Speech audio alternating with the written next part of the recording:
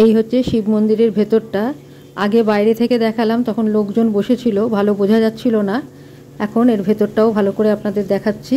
এটা সাইডে তৈরি হয়েছে নতুন, এগুলো পুরনো প্রথম থেকে কিন্তু ছিল না। এবার আমরা মন্দিরের গর্ভগৃহ থেকে বেরিয়ে এলাম। বেরিয়ে পাশে এরকম বসার জায়গা, আর এখানে একজন সেবায়িতের মূর্তি দেওয়া রয়েছে। মূর্তির নিচে লেখাই আছে বদনচন্দ্র চক্রবর্তী প্রাক্তন সেবায়িত, তার মূর্তি এটা তৈরি করা আছে। এটা বলি দেওয়ার জায়গা, দেখেই বুঝতে পারছেন এটা হাঁড়ি কাঠ, আর মনে হচ্ছে একদম টাটকা রক্ত পড়ে আছে, মানে সকালেই হয়তো কোনো বলি হয়েছে আর কি।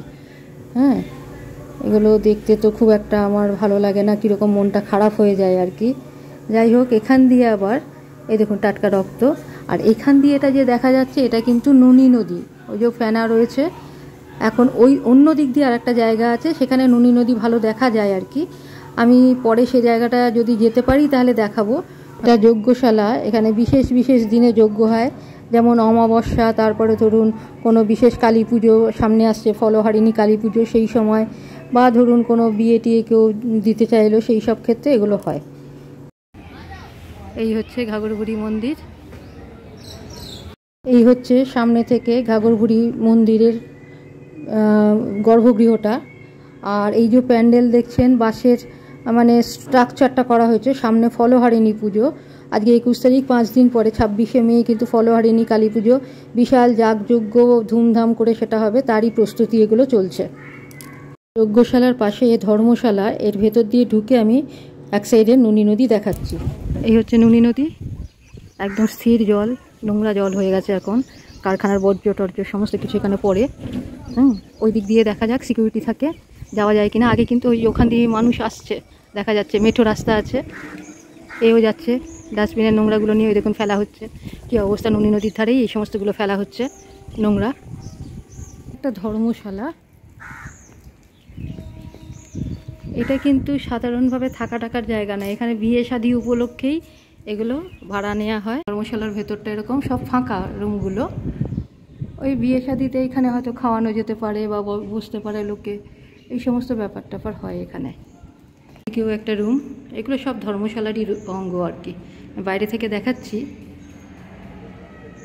বাইরে থেকে এটা হচ্ছে ধর্মশালা, দোতলা ধর্মশালা। আপনি কিন্তু সাধারণ থাকতে চাইলে আপনাকে থাকতে দেবে না, কোনো অনুষ্ঠান উপলক্ষে, বিয়ে শাদী উপলক্ষেই থাকতে দেবে। ধর্মশালা শুধু বিয়ের জন্য নয়, পৈতে, অন্নপ্রাশন সমস্ত রকম উৎসবে ভাড়া দেওয়া যায়। ধর্মশালার সামনের দিকে আমি এগিয়ে যাচ্ছি, এখানে আবার নতুন মন্দির কমপ্লেক্স হয়েছে। কমপ্লেক্সের মধ্যে প্রথমেই শিরডি সাই বাবার মন্দির, এর মধ্যে শিরডি সাই বাবার মন্দির তৈরি করে ফেলেছে, উপরে পতাকা রয়েছে। ভেতরে পুরোহিত পুজোয় বসেছেন, পুজো তার অনেকটাই করা হয়ে গেছে আর কি, অপেক্ষা করছেন। আমি দেখছি, সেখানে পুজো দেখলাম। বেরিয়েই লক্ষ্মীনারায়ণের মন্দির, ছোট করে সুন্দর করে তৈরি করেছে। ঘাগরবুড়ি নামের উৎপত্তি কিভাবে হলো সেই গল্প আমি আপনাদের এরপরে শোনাচ্ছি। একই মন্দির কমপ্লেক্সের মধ্যে এটা আবার সংকটমোচন বা হনুমানজির মন্দির আর কি, সব পরপর এগুলো বানিয়েছে। এটা আবার শিব মন্দির, পেছনে কিন্তু শিব পার্বতীর মূর্তি দেয়া রয়েছে। এটাই সামনে থেকে দেখাচ্ছি, আরও ভালো করে বোঝা যাবে তাহলে। আর দেয়ালে কিন্তু কার্ভিংটা খুবই সুন্দর, হরগৌরী।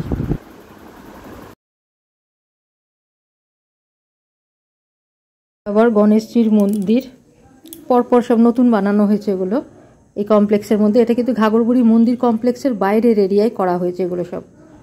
আমাদের ছোটোবেলায় যে 3টে পাথর দেখেছিলাম, সেটা মাঝে চণ্ডী, বাঁদিকে অন্নপূর্ণা, আর ডান দিকে শিব, আর খালি গাছ, আর কিচ্ছু ছিল না এখানে। পাশ দিয়ে তিত্তির করে বয়ে যাচ্ছিল নুনিয়া নদী। এটা শিব মন্দিরের চত্বর, এটা আমি চারিদিকে একটু ঘুরিয়ে দেখাচ্ছি। সকালবেলা মন্দির এখন পরিষ্কার পরিচ্ছন্ন করা হচ্ছে, ঝাঁট টাট দেওয়া হচ্ছে আর কি। দূর দূরান্ত থেকে যারা ঘাগরবুড়িতে পুজো দিতে আসে, পুজো দিয়ে এখানে কিন্তু একটু রেস্ট নিচ্ছে সব বসে। উপরে ফ্যানও রয়েছে, আর এখান দিয়ে বেরিয়ে যাওয়ার রাস্তা, সামনে এই যে শিবের ষাঁড় রয়েছে।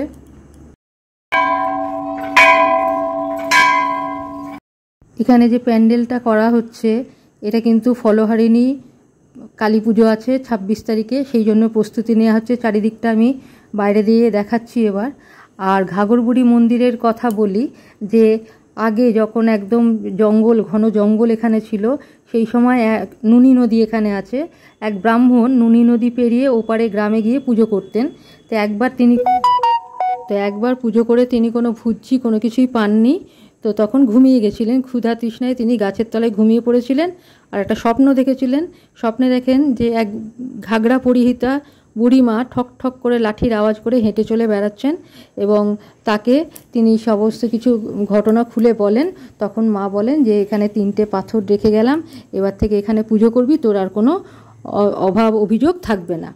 সেই থেকেই এই ঘাগরবুড়ির প্রচলন। চূড়াটা খুব সুন্দর ডিজাইন করা আছে। ফলহারিণী কালী পুজো, তারই ব্যবস্থা হচ্ছে চারিদিকে। সব এগুলো প্যান্ডেল করা হবে। আগামী 26 তারিখ সোমবারে আছে এবং সেই উপলক্ষে কিন্তু তখন 3 দিন ধরে যজ্ঞ হয়। ভালো পুজো পার্বণ সমস্ত কিছু খুব ব্যস্ত থাকে এখানে এবং আড়ম্বরও খুব ভালো হয়। এই হচ্ছে শিব মন্দিরটার উপরের পতাকা উঠছে। এই শিবকে বলা হচ্ছে মহাকালেশ্বর শিব। সাইনাথ মন্দির, অর্থাৎ সিদ্ধি সাই আছে আর মহাকালেশ্বর শিবও রয়েছে এখানে। এটা সেবা সমিতির মধ্যে। এবার আমরা ফিরবো। এখন অনেক দোকানপাট সব খুলে গেছে, বেলা হয়ে গেছে। আমরা কোনো একটা রেস্টুরেন্টে এবার ঢুকবো। রেস্টুরেন্টে ঢুকেছি, এখানে আমরা ছোলা বাটোরার অর্ডার দিলাম। ছোলা বাটোরা খেয়ে এবার অন্য আর একটা দোকানে এসেছি। এখানে কোল্ড ড্রিঙ্কস, চা এগুলো দেখছি, বিস্কুট। এখানে একটু কোল্ড ড্রিঙ্কস খেয়ে নিচ্ছি।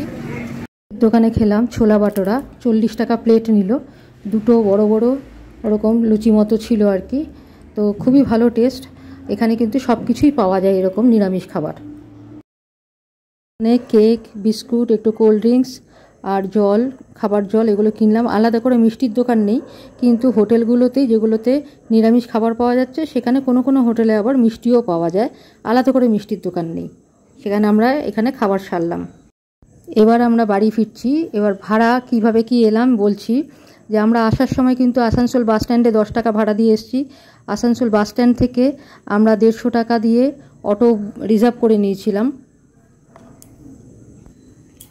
এবার আমরা কালীপাহাড়ি ব্রিজে উঠেছি। ফেরার সময় টোটো পেলাম। এই টোটোটা কিন্তু ফিরছিল মানে ঘাগরবুড়ি মন্দির থেকে। তো আমাদেরকে জিজ্ঞেস করলো উঠবেন কি না। তো আমরা উঠতে রাজি হলাম। তো বললো পার হেড 20 টাকা করে ভাড়া, কিন্তু আমরা একে রিজার্ভে নিয়ে নিলাম। একদম আসানসোল বাস স্ট্যান্ডে এসে নামাবে, সেখানে 70 টাকা নেবে। এটা কালীপাহাড়ি ব্রিজ। পিছনে দেখুন বর্ধমান রুটের বাস আসছে আর নিচে কিন্তু রেল লাইন আর কি। এটা কিন্তু হাওড়া লাইন, একদম মেন লাইন, যেটা দিল্লি টিল্লি এই সমস্ত জায়গায় যায়, সেই রেল লাইন। তার উপরে এই কালীপাহাড়ি ব্রিজ। নয়তো বাস স্ট্যান্ডে 10 টাকা দিয়ে আসবেন, বাস স্ট্যান্ড থেকে আবার 10 টাকা দিয়ে কালীপাহাড়ি মোড়, কালীপাহাড়ি মোড় থেকে আবার 20 টাকা দিয়ে ঘাগরবুড়ি। এইভাবেই যাওয়া আসা দুটোই হচ্ছে 50 টাকার মধ্যে এক পিঠ হয়ে যাবে।